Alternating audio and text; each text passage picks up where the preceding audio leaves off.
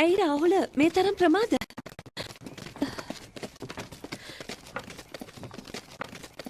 මා කවුළුවෙන් බලාගෙන ඉඳිද්දි බුදු හිමියන්ට තුරුල් වෙලා සිවුරු කොණනුත් අල්ලගෙන හරිම සතුටින් ගියේ.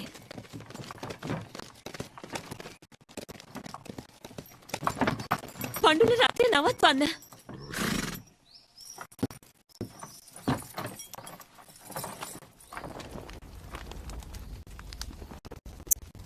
මේ තියෙන්නේ පාත්‍රය.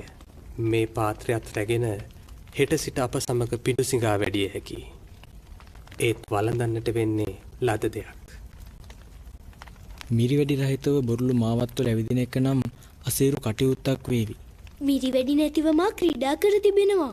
ගල් බොරළ උඩ.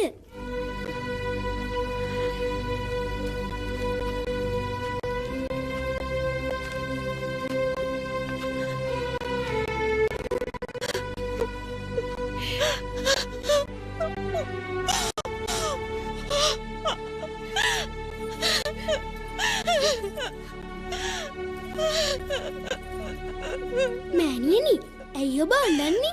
අපි හෙට රජමාලිගාවට පිඬුසිඟා වඩිනවා. ඔව්, පිඬුසිඟා වඩිනවා.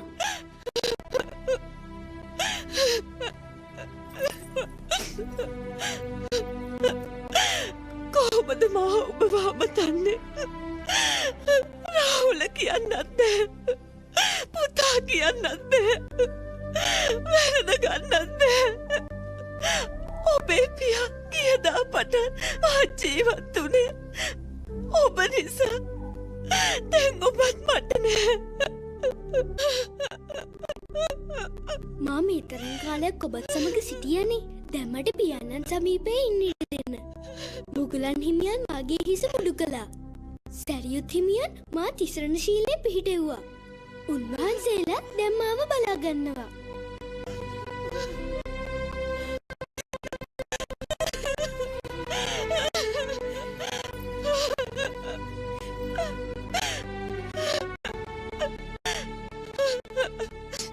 පැවිද්ද කටුකයි. ඔබට දරා ගන්නට බැරි වේ. රාත්‍රියට ආහාර අනුභව නොකර කුසගිනි දැනේ. ඔබත් බොහෝ දවස්වල රාත්‍රී ආහාරය අනුභව කළේ නැහැනේ.